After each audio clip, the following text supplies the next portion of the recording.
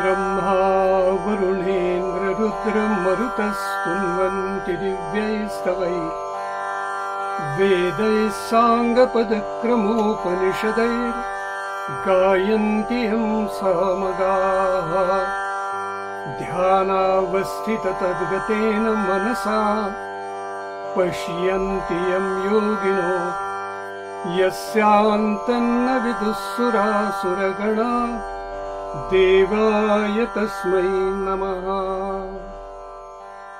प्रभू, सर्व राष्ट्रभक्त श्रोते हो, सादर सस्नेह नमस्कार।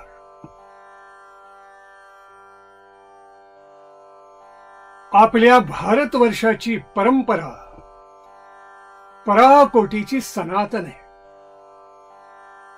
आपल्या राष्ट्राला जसा सहस्रावधी वर्षांचा इतिहास लाभला तसा जगामधल्या अन्य कोणत्याही राष्ट्राला किंवा संस्कृतीला लाभलेला नाहीये. आपल्या भारतवर्षाचं वैशिष्ट्य असं आहे की या भारताच्या भूमीमध्ये, भारताच्या संस्कृतीमध्ये अनंत नररत्न आणि थोर स्त्रिया जन्माला आल्या, ज्यांनी या भारताचं सांस्कृतिक वैभव परोत्कर्षाला नेलं. संपूर्ण जगाचा इतिहास काढून पाहिला तर आपल्या ध्यानात येतं की परकीय आक्रमणाखाली ती राष्ट्र मोडली, तुटली, संस्कृती लयाला गेल्या. ग्रीक संस्कृती उदयाला आली आणि नाश पावली. रोमनांचा दरारा एकेकाळी सगळ्या जगाला होता, पण ती संस्कृती विनाश पावली. मेक्सिकन आले, मायन आले, सुमेरियन आले, इजिप्शियन आले, सगळ्या संस्कृती लयाला गेलेल्या आहेत.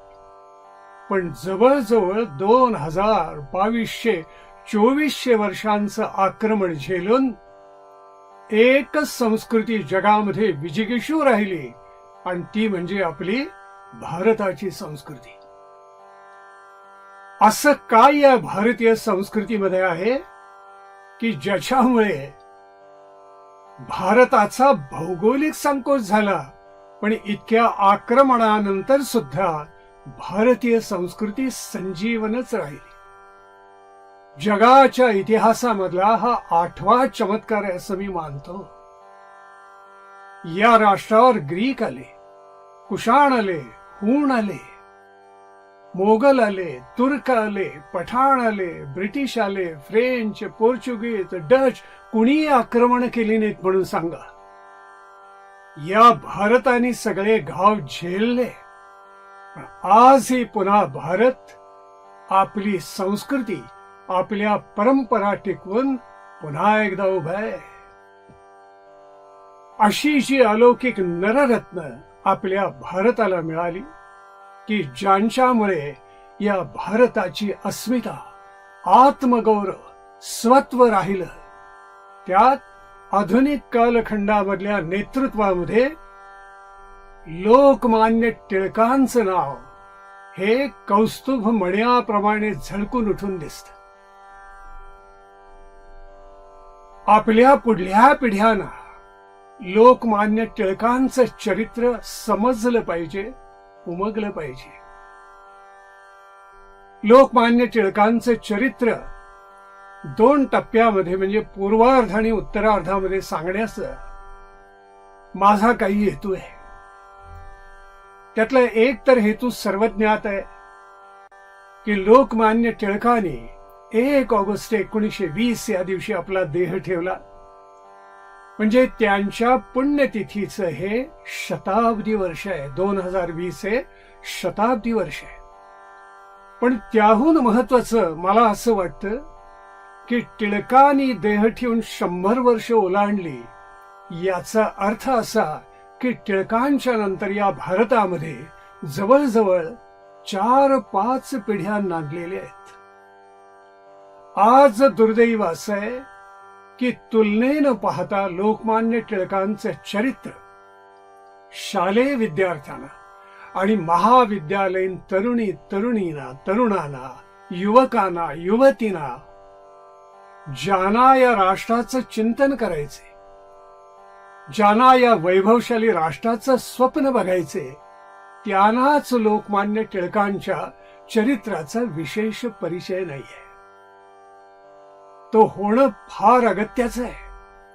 त्याचं कारण असं आहे की भारताच्या स्वातंत्र्य लढ्यामध्ये आपल्या लोकोत्तर गुणानं, अद्वितीय लोकसंग्रहानं संपूर्ण भारतावर आपल्या निष्काम आणि निस्वार्थी कर्मयोगाने ज्यांनी आधिपत्य गाजवलं आणि ज्यांना आपला हिंदू धर्म कळला, संपूर्ण भारत राष्ट्र कळलं, असा पहिला लोकोत्तर सर्वमान्य आणि लोकमान्य नेता म्हणजे लोकमान्य टिळकच होत.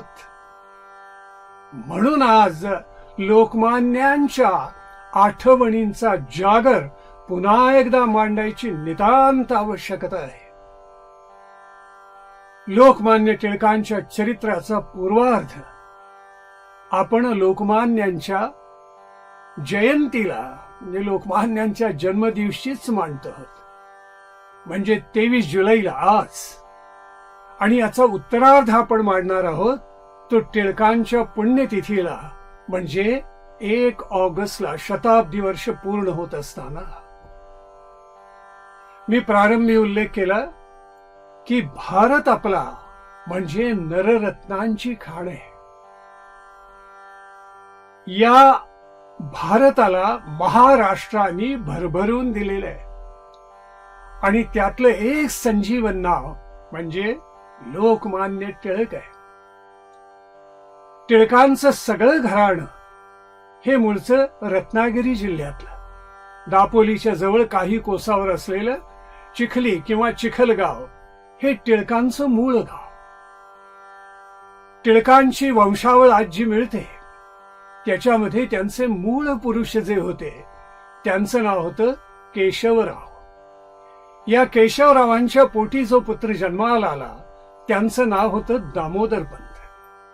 दामोदर पंतांच्या पोटी जो पुत्र जन्माला आला त्याला आजोबांचंच नाव दिलेलं होतं, म्हणजे केशव नाव दिलेलं होतं, ते केशवराव. या केशवरावांचा जो पुत्र त्याचं नाव होतं कृष्णाजी पंत. पण या 4 टिळक घराण्यामधल्या पुरुषांच्या विषयी विशेष माहिती उपलब्ध नाहीये. टिळक घराण्याचा इतिहास थोडका आपल्याला माहिती होतो तो लोकमान्य टिळकांच्या पणजोबांच्या पासून. हा सगळा 8 पिढ्यांचा लोकमान्य टिळकांचा इतिहास जर पाहिला तर एका दृष्टीनं पेशवाईचा उत्कर्ष आणि पेशवाईचा अपकर्ष आणि मराठेशाहीचा अंत याला जी साक्षीदार मंडळी आहेत त्यातलं एक प्रधान घराणं हे टिळकांचं आहे. कृष्णाजी पंत टिळकांच्या पोटी जो पुत्र जन्माला आला म्हणजे लोकमान्यांचे आजोबा पणजोबा जन्माला आले त्यांचं नाव सुद्धा केशवच ठेवण्यात आलं. या टिळकांच्या घराण्यामध्ये केशव नाव ठेवायची परंपरा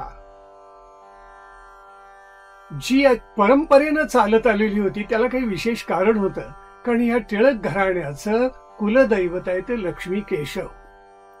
तेव्हा केशवाचं नाव देण्याची विशेष परंपरा आपल्याला टिळकांच्या घराण्यामध्ये दिसते. हे केशवराव यांना अंजनवेली म्हणजे दापोली जवळचं जे गाव आहे त्याची मामलत मिळालेली होती असा उल्लेख आहे.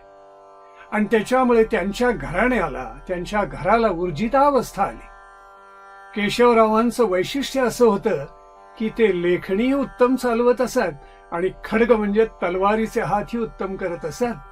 म्हणजे ते कलम बहादरी होते आणि तलवार बहादरी होते, दोन्ही गोष्टी त्यांच्या ठाई होत्या. या केशवरावांचे 2 विवाह झाले. त्यांच्या पहिल्या पत्नीचं नाव होतं रुक्मिणीबाई, पण पुढे त्यांचा मृत्यू झाल्यामुळे त्यांना दुसरा विवाह करावा लागला.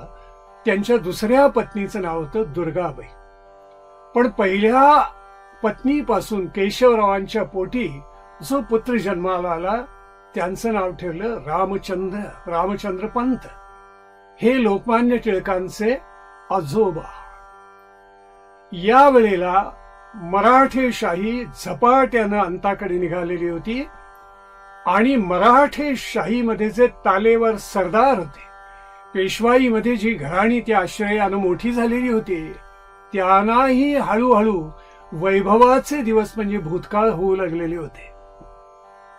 केशवरावांना एकेकाळी वैभव भोगलेले, पण शेवटच्या कालखंडामध्ये दारिद्र्याशी झगडा करावा लागला. रामचंद्र पंतांना त्यांच्या पुढच्या घराण्याला सुद्धा, पुढच्या पिढ्यांना सुद्धा हा झगडा करावाच लागला. रामचंद्र पंत यांचा विवाह रमाबाईंशी झाला आणि रामचंद्र पंत आणि रमाबाई यांच्या पोटी 13 ऑगस्ट 1820 या दिवशी पुत्र जन्माला आला. त्यांचं नाव मोठ्या कौतुकाने गंगाधर असं ठेवण्यात आलं. हे लोकमान्य टिळकांचे वडील गंगाधर पंत टिळक अतिशय कुशाग्र बुद्धी घेऊन गंगाधर पंत जन्माला आलेले होते. प्रकांड पंडित होते. घरची परिस्थिती प्रतिकूल म्हणून त्यांना फार शिकता आलं नाही, पण ते शिक्षक म्हणून त्यांनी जी कामगिरी केली ती अतिशय संस्मरणीय ठरली. या गंगाधरांच्या पाठीवर एक पुत्र जन्माला आला. त्या पुत्राचं नाव ठेवण्यात आलं गोविंद, गंगाधरांचा धाकटा भाऊ. मग ही दोन्ही मुलं ज्या वेळेला वाढायला लागली त्यावेळेला रामचंद्र पंतांचं काही विशेष कर्तृत्व इतिहासामध्ये तरी नोंदवलेलं नाहीये, पण गंगाधर पंत अतिशय बुद्धिमान होते. पुढे त्यांचा विवाह पार्वतीबाईंशी झाला आणि पार्वतीबाईंच्या पोटी त्यांना एकूण 4 पुत्र आणि कन्या जन्माला आले. त्यातली पहिली कन्या जन्माला आली, तिचं नाव होतं काशी. तिच्या पाठीवर दुसरी बहीणच जन्माला आली, तिचं नाव ठेवलं आवडा. तिच्या पाठीवर आणखीन एक कन्या जन्माला आली, तिचं नाव ठेवलं अंबू. तेव्हा गंगाधर पंत आणि पार्वतीबाईंना ध्यास लागला की टिळकांचा वंश पुत्र रूपाने पुढे चालला पाहिजे. त्यांच्या परिचयामधल्या गंगाधर पंतांचा स्वतः अभ्यास असल्यामुळे आणि काही वडील मंडळींनी सुचवल्यामुळे पार्वतीबाईंनी आदित्य व्रत केलं, सूर्योपासना केली आणि जणू काही ईश्वरानं, सूर्यानं, त्या सूर्याच्या तेजासारखी बुद्धिमत्ता ज्याची आहे असा एक अलौकिक पुत्र गंगाधर पंत आणि पार्वतीबाईंच्या ओटीत घातला. ते म्हणजे लोकमान्य टिळक. दिनांक 23 जुलै 1856 या दिवशी लोकमान्य टिळक जन्माला आले. म्हणजे त्यावेळेला होतं शक 1778 आणि आषाढ कृष्ण षष्ठी होती. त्यावेळेला लोकमान्यांचा जन्म झाला. आपल्या कुलदैवताचंच नाव त्या बाळाला ठेवण्यात आलं केशव, पण घरी सगळेजण मोठ्या बहिणी त्या लाडक्या बाळाला बाळ म्हणून संबोधू लागल्या आणि पुढे केशवच्या ऐवजी बाळ हेच नाव लोकप्रिय झालं. पाळण्यातलं केशव हे नाव मागं पडलं आणि बाळ गंगाधर टिळक या नावानं हा प्रज्ञावंत संपूर्ण भारतामध्ये ओळखला जाऊ लागला. लोकमान्यांचा जन्म झाला तो रत्नागिरीमध्येच झाला, गोऱ्यांच्या वाड्यामध्ये झालेला आहे. आज त्याचं स्मारक टिळकळीमध्ये आपल्याला पाहायलाही मिळत. गंगाधर पंत त्यावेळेला शिक्षकाची नोकरी करत होते. संस्कृत आणि गणित या 2 विषयांमध्ये त्यांची विशेष प्रगती होती आणि तोच वारसा लोकमान्यांना वंश परंपरेनं मिळाला. गणितामध्ये विलक्षण गती होती आणि संस्कृत पाठांतर विचारूच नका. भराभरा मग रुद्र असो, समास असोत, वेगळाली स्तोत्र असोत, मेघदूतासारखं खंडकाव्य असोत, नीतिशतक असो, हे सगळं भराभरा लोकमान्य टिळकांना पाठच होत गेलं. वडील वाचत असलेला रघुवंश हवा म्हणून त्यांनी हट्ट धरलेला होता आणि तो वडिलांनी द्यायचा मान्य केला. पण ते म्हणाले, बाळ मी तुला एक अवघड गणित घालतो, ते सोडवलंस तर मी तुला रघुवंश वाचायला देईन. आणि टिळकांनी आपल्या प्रज्ञेनं त्या बाळानी ते गणित सोडवलं. गंगाधर पंतांना इतका आनंद झाला की त्यांनी तो रघुवंश या बाळला वाचायला दिला. क्व सूर्य प्रभो वंशः क्वचाल्प विषयामती तितीर्षुर दुस्तर मोहात उडुपेनास्मि सागरम असं प्रत्यक्ष महाकवी कालिदासाने लिहून ठेवलेला रघुचा, प्रभू रामचंद्रांचा वंश हा सगळा कालिदासानी आपल्या प्रतिभेनं पांडित्याने मांडलेला तो वाचून लोकमान्य टिळक धन्य होऊन गेले. हा बाळ गंगाधर अक्षरशः धन्य होऊन गेला. पुढे दापोली, चिपळूण, रत्नागिरी असा सगळा प्रवास करता करता गंगाधर पंत पुढे आले ते पुण्यामध्ये आले. त्यांची बदली पुण्यामध्ये झाली. पुण्यामध्ये बदली झाल्यानंतर साहजिकच त्यांचं कुटुंब सुद्धा पुण्यामध्ये आलं. त्यावेळेला लोकमान्य हे केवळ 10 वर्षांचे होते. बाळ गंगाधर टिळक केवळ 10 वर्षांचे होते. बालपणापासून त्यांची प्रकृती तोळामासा होती. इतिहासात अशी एक नोंद सापडते की त्यांची ताळू भरायला काही वर्ष जावी लागली. जन्मतः ते अत्यंत अशक्त आणि दुबळे होते, पण पुढे त्यांची प्रकृती हळूहळू सुधारत गेली आणि फर्गसन महाविद्यालयामध्ये डेक्कन कॉलेजला गेल्यानंतर तर त्यांनी 1 वर्ष पूर्णतः आपली प्रकृती ठणठणीत करण्यासाठी एक संपूर्ण वर्ष दिलेलं होतं असं इतिहास आपल्याला सांगतो. पण बाळ गंगाधर केवळ 10 वर्षांचे असताना दुर्दैवानं त्यांच्या मातुश्री मृत्यू पावल्या. पार्वतीबाईंचा मृत्यू झाला आणि ज्या वेळेला लोकमान्य 16व्या वर्षी मॅट्रिक झाले त्यावेळेला त्यांच्या वडिलांचाही मृत्यू झाला. गंगाधर पंत हे अत्यंत सच्छील, अत्यंत निरागस, नाकासमोर चालणारे, अतिशय बुद्धिवान, अभ्यासक, संशोधक असे होते. ज्यावेळी ते पुण्यामध्ये आले आणि त्यांनी आपल्या अध्ययन अध्यापनाचा ठसा जनमानसावर उमटवला त्यावेळेला रामकृष्ण भांडारकरांसारख्या प्रज्ञावंतांनी एक नोंद करून ठेवलेली आहे की पुढल्या पिढ्यांना किंवा गंगाधर पंतांच्या सहाध्यायांना सुद्धा एक धडा घेता येण्यासारखा आहे. आणि तो म्हणजे गंगाधर पंतांचं अतिशय स्वच्छ चरित्र, त्यांचा निरागसपणा, त्यांना विषयाची असलेली जाण, त्यांनी केलेला सखोल अभ्यास हे जणू काही आदर्शभूत म्हणून त्यांच्या सहाध्यायाने पुढल्या पिढ्यांनी पाहायला हरकत नाही असं प्रशंसोद्गार प्रत्यक्ष रामकृष्ण भांडारकरांनी काढलेले होते. लोकमान्य टिळक जे पुण्यामध्ये आले ते सिटी स्कूलमध्ये त्यांचं नाव घालण्यात आलेलं होतं. हा मुलगा विलक्षणच होता.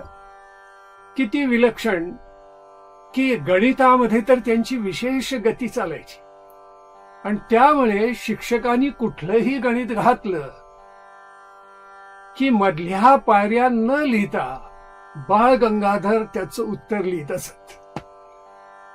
आणि शिक्षकांनी जर विचारला, रे याच्या मधल्या पायऱ्या कुठे आहेत, नुसतं उत्तर लिहिलेस तू, त्यावेळेला मम मस्तिष्क माझ्या डोक्यात आहेतच ना, मी कशाला लिहायच्या, असं म्हणून ते शिक्षकांना उत्तर देत असत. हा मुलगा अतिशय बुद्धिवान आहे हे अनेक शिक्षकांच्या लक्षात आलेलं होतं आणि जे गोरे शिक्षक होते त्यांच्या मनामध्ये असूयाही निर्माण झालेली होती. टिळक लहान असताना, शाळेमध्ये असताना त्यांनी जे कर्तृत्व गाजवलं त्याच्या 2-4 आख्यायिका तर प्रसिद्ध आहेत, अत्यंत आणि सर्वश्रुत आहेत. फक्त त्याचा उल्लेख करूया आणि आपण पुढे जाऊया. पहिला उल्लेख असा की संत शब्द लोकमान्य टिळकांनी म्हणजे या बाळ गंगाधरांनी 3 वेगळ्या प्रकारे लिहिला. कसा लिहिला? पहिला लिहिला त्यात स वर अनुस्वार दिला, संत. दुसरा शब्द लिहिला तो न ला त जोडला, स वर अनुस्वार न देता संत. आणि तिसऱ्यांदा तोच शब्द लिहिला तो स च्या पुढे मोडलेला न, म्हणजे न चा पाय मोडलेला आणि पुढे त असा लिहिला. तेव्हा त्यांच्या शिक्षकांनी पहिला शब्द बरोबर दिला आणि पुढचे 2 शब्द चूक म्हणून सांगितले, फुल्या मारल्या त्याच्या. तेव्हा बाळ गंगाधर आपल्या शिक्षकाबरोबर भांडायला गेले आणि त्यांनी विचारलं की तुम्ही हे शब्द चूक का दिले सांगा. संपूर्ण शाळेमध्ये ते प्रकरण इतकं गाजलं की शेवटी मुख्याध्यापकांच्याकडे गेलं आणि मुख्याध्यापकांनी बाळ गंगाधरांची पाठ थोपटली आणि शिक्षकांना म्हणाले, हो या मुलांनी लिहिलेले तिन्ही शब्द बरोबर आहेत. बाळ गंगाधरांचा स्वभाव लहानपणापासून असा निर्भीड होता. आज मुलं शाळेमध्ये जातात, पण स्वतःच नाव नेटकं सांगण्याचीही पात्रता आणि धाडस त्यांच्यामध्ये येत नाही. निर्भीडता तर फार लांबच ठेवा. लोकमान्यांच्या किंवा अशा लोकोत्तर चरित्रामधून पुढल्या पिढ्यातल्या विद्यार्थ्यांनी बोध घ्यायचा असतो की जे योग्य असेल त्याच्यासाठी निर्भीडपणे शिक्षकांशी, मुख्याध्यापकांशी संवाद करता आला पाहिजे. तो कालखंड तसा होता की शिक्षक वर्गात शिकवायला जात असत आणि विद्यार्थी सुद्धा वर्गात ज्ञानार्जनासाठीच येत असत. तो काळ गुंडगिरीचा नव्हता. तेव्हा या बाळ गंगाधराचं कौतुक सगळ्या शाळेमध्ये झालं आणि ज्यामुळे लोकमान्यांची आठवण ज्या गोष्टीमधून सांगितली जाते ती कथाही त्या सिटी स्कूलमध्येच घडली. वर्गातल्या काही मुलांनी शेंगा खाल्ल्या आणि टरफलं टाकून दिले. तर शिक्षक रागावले. छडी काढून त्यांनी सांगितलं, सगळी टरफलं गोळा करा, नाही त्या छड्या मारीन. त्यावेळेला बाळ गंगाधरांनी सांगितलं, मी शेंगा खाल्लेल्या नाहीत, त्याच्यामुळे मी टरफलं उचलणार नाही. आणि त्यांनी टरफलं उचलली नाही आहेत. जे न्याय आहे, जे योग्य आहे, जे सत्य आहे, त्याच्यासाठी बाळ गंगाधर टिळक शेवटपर्यंत झुंजत राहिले. लक्षात ठेवा. शालेय अभ्यासक्रम चालू असताना या मुलाची निर्भीडता, याची सत्याची उपासना शाळेच्या आणि तिथल्या प्रज्ञावंत शिक्षकांच्या सुद्धा लक्षात आलेली होती. टिळक पुढे मॅट्रिकची परीक्षा उत्तीर्ण झाले. ही मॅट्रिकची परीक्षा उत्तीर्ण झाल्यानंतर त्यावेळेला या मॅट्रिकच्या परीक्षेला बाळ गंगाधरांनी बसू नये म्हणून त्यांच्या घरच्या लोकांनी आणि नातेवाईकांनी आग्रह केलेला होता. एक तर वडिलांचं छत्र हरवलेलं, घरातून कुठलाही पाठिंबा नाही, आई गेलेली, आजोबा आजी गेलेले, आणि या बाळ गंगाधरांचा सांभाळ त्यांचे काका गोविंदराव टिळक यांनी केलेला होता. पण गोविंदराव स्वभावाने अत्यंत चांगले होते आणि त्यामुळे त्यांनी आपली मुलं आणि आपला पुतण्या याच्यामध्ये कोणताही भेद न करता आपल्या मुलाप्रमाणे या बाळ गंगाधराचं पुढे शिक्षण यथामती यथाशक्ती केलेलं आहे. आपला वर्गात पहिला क्रमांक यावा म्हणून लोकमान्य कधी धडपडत नसत. ते प्रज्ञावंत असल्यामुळे मी इतके गुण मिळवेन परीक्षेमध्ये असं जणू काही अगोदर ठरवूनच ठेवत असत आणि तेवढा अभ्यास करून पुढे जात असत.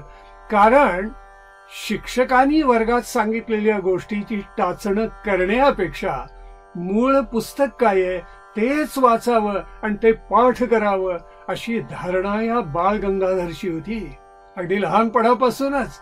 आणि तोच कित्ता त्यांनी पुढे डेक्कन कॉलेजमध्ये गेल्यानंतर सुद्धा गिरवला. हे त्यांचं मोठं वैशिष्ट्य म्हणावं लागेल. पुढे टिळकांनी मॅट्रिक्युलेटची परीक्षा उत्तीर्ण केल्यानंतर डेक्कन कॉलेजमध्ये आपलं नाव नोंदवलं आणि खऱ्या अर्थानं त्यांच्या विचारांची बैठक, त्यांच्या वाचनाची बैठक, समाजाची समजुती येण्याची बैठक, राष्ट्र कळण्याची बैठक, या राष्ट्रावर किती अन्याय होतात हे समजण्याची बैठक हळूहळू विस्तृत होत गेली. यावेळेला महाविद्यालयात प्रवेश केलेले बाळ गंगाधर हे दुबळेच होते. शारीरिक सामर्थ्य फार कमी होतं. त्यावेळेला त्यांनी 1 वर्ष महाविद्यालयीन अभ्यास न करता तालीम लावली. जोर काढावेत, बैठका काढाव्यात, करेल फिरवावं, कुस्ती खेळावी, पोहण्याचा छंद इतका होता टिळकाने, अगदी शेवटपर्यंत तो तसाच राहिलेला आहे. असा विविध प्रकारचा व्यायाम करून आणि दूध भरपूर पिऊन टिळकाने आपली प्रकृती सुदृढ केली. शेवटपर्यंत टिळकांना दूध आवडायचं, दूध पित असत टिळक. आज तरुण सुद्धा दूध पचत नाही म्हणून चहा कॉफी पितात. केवढं दुर्दैव आहे. गाईच्या दुधामध्ये जे सत्व आहे ते बाकी कशामध्ये असणार आहे. दूध भरपूर पित असत आणि प्रकृती सणसणीत करून टाकली. टिळकांनी एका वर्षामध्ये पहिल्या मजल्यावरून धोत्राचा काचा मारून धडाडखन खाली उडी मारण्या एवढं सामर्थ्य टिळकांच्या मध्ये निर्माण झालं. आपल्या मित्रांना बरोबर घेऊन वसतिगृहाच्या बाहेर पडून त्या संपूर्ण संकुलामध्ये फिरत असताना चर्चा अशी चालत असे की वसतिगृह प्रमुखाला धावून येऊन चला आता जावा आपल्या खोलीत म्हणून टिळक आणि त्यांच्या मित्रांना सांगावं लागत असे. टिळकांनी जे धोरण आपल्या शालेय जीवनामध्ये ठेवलेलं होतं तेच महाविद्यालयामध्ये ठेवलं. म्हणजे कसं, टिळक स्वतः ग्रंथ वाचून अभ्यास करत असत आणि काही वेळेला त्यांच्या लक्षात येत असे की अरे हे जे प्राध्यापक आपल्याला शिकवतात यांचं ज्ञान अत्यंत उथळ आहे, त्यामुळे हे काय आपल्याला शिकवणार आणि हे सांगतात याची टाचणं आपण काय करायची. टिळक ज्या वेळेला BA झाले त्यावेळेला अगोदर 2-3 प्रसंग असे घडून गेलेले होते की ज्याच्यामध्ये टिळकांची प्रज्ञा विशेष करून उजळून निघाली. टिळकांना शिकवायला एक गणिताचे शिक्षक होते. त्यांचं नाव हॉथर्न वेट. ब्रिटिश होते आणि ब्रिटिशांचा माजोरीपणा हा पुरेपूर त्यांच्या अंगामध्ये होता. एतद देशी विद्यार्थी म्हणजे तुच्छ, अपात्र आणि नालायक हीच भावना त्यांच्या मनामध्ये होती. त्यामुळे सगळ्या विद्यार्थ्यांना एक प्रकारे तुच्छतेनं ते हॉथर्न वेट वागवत असत. या वेळेला टिळकांची गणितातली गती त्या हॉथर्न वेटच्या पुढे 1000 पावलं होती. त्याच्यामुळे त्यांनी कुठलंही गणित घातलं की ते पटकन 5 सेकंदात त्याचं उत्तर वर्गात सांगायला लागले. त्या प्राध्यापकाचा जळफळाट व्हायचा. आणि 2-3 वेळेला तर असं घडलं की जे गणित त्या हॉथर्न वेटला सोडवता आलं नाही ते टिळकांनी 2-4 पायऱ्या फळ्यावर लिहून त्या प्राध्यापकासमोर सगळ्या विद्यार्थ्यांच्या साक्षीनं पटकन सोडवून टाकलं. या प्राध्यापकाच्या मनामध्ये आत्यंतिक द्वेष या बाळ गंगाधरांच्या बाबतीत निर्माण झाला. खरं तर शिष्यादिच्छेद पराजयम अशी उदार भूमिका प्रत्येक शिक्षकाची, अध्यापकाची, प्राध्यापकाची असली पाहिजे. पण भौतिकात अशीच असूया असते बरं का. परमार्थ साधनेमध्ये एखादा विद्यार्थी आपल्या पुढे गेला तर त्या शिक्षकाला, परमार्थ साधनेमधल्या शिक्षकाला कौतुकच वाटतं आणि आपल्या विद्यार्थ्याची तो भरभरून स्तुतीही करतो. टिळक आपल्या पुढे जात आहेत ते त्या हॉथर्न वेटला काही सोसवलं नाही, पण कळत न कळत का होईना त्याच्या बुद्धीला जाणवलं अरे हा फारच हुशार आणि प्रज्ञावंत विद्यार्थी आहे. नाईलाजानं काही गोष्टी त्याला या मान्य कराव्या लागल्या.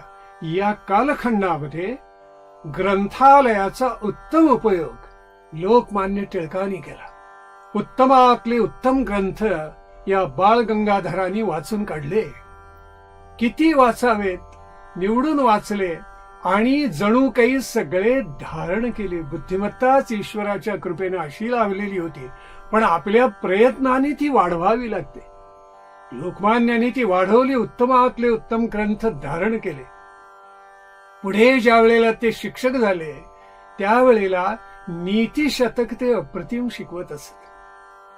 भर्तृहरीचं नीतिशतक असं आहे की मानवाचं आयुष्यच पालटून जाईल. त्या भर्तृहरीने एक श्लोक लिहिलेला आहे, जणू काही लोकमान्य टिळकांच्या जीवनाचं ते सूत्रच आहे म्हणायला हरकत नाही. भर्तृहरीनं लिहिलेलं आहे, प्रारभ्यते खलु न विघ्न भयेन नीचैः प्रारभ्य विघ्न विहिता विरमन्ति मध्याः विघ्नैः पुनः पुनरपि प्रतिहन्यमानाः प्रारब्धमुत्तम जनाः न परित्यजन्ति. खरंच भर्तृहरीची नीतिशतकामधलं एक एक सुभाषित म्हणजे जीवनाचं एक एक सूत्र आहे की ज्यामुळे मनुष्य आत्मोन्नत होईल, समाजासाठी काही करेल राष्ट्राच्या उद्धारासाठी आपलं संपूर्ण योगदान देईल आणि त्याच बरोबर आपलाही आत्मोद्धार करून घेईल असं अलौकिक सामर्थ्य नीती शतकामध्ये आहे. आत्ता जो मी श्लोक म्हटला ना, हा श्लोक माझे वडील नित्य त्यांच्या कीर्तनात म्हणत असत आणि टिळकांना हा श्लोक आवडत असे मला त्यावेळी माहिती नव्हतं, पण या श्लोकाने माझ्याही मनावर फार प्रभाव केलेला होता. किंबहुना माझे वडील नीती शतकातले श्लोक आणि उत्तमातली उत्तम सुभाषित किंवा संत वाङ्मयामधली सुभाषित वजा वचन सांगत असत. ही आजकालच्या विद्यार्थ्यांना मिळत नाही, ते दुर्दैव आहे.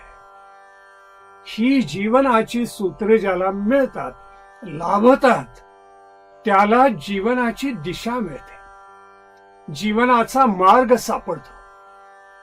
टिळकांना तो त्यांच्या परंपरेनंच लाभलेला होता. ते उत्तमातले उत्तम संस्कार त्यांना मिळालेले होते. भर्तृहरी सांगतो, जे सामान्य जन असतात ते एखादं काम, त्या कामावर भविष्यामध्ये संकट कोसळेल म्हणून ते काम हातातच घेत नाहीत. प्रारभ्यते न खलू विघ्न भयेन नीचैहि. नीच म्हणजे अधम, कनिष्ठ, अत्यंत. संकट येईल म्हणून कामच हातात घेत नाही.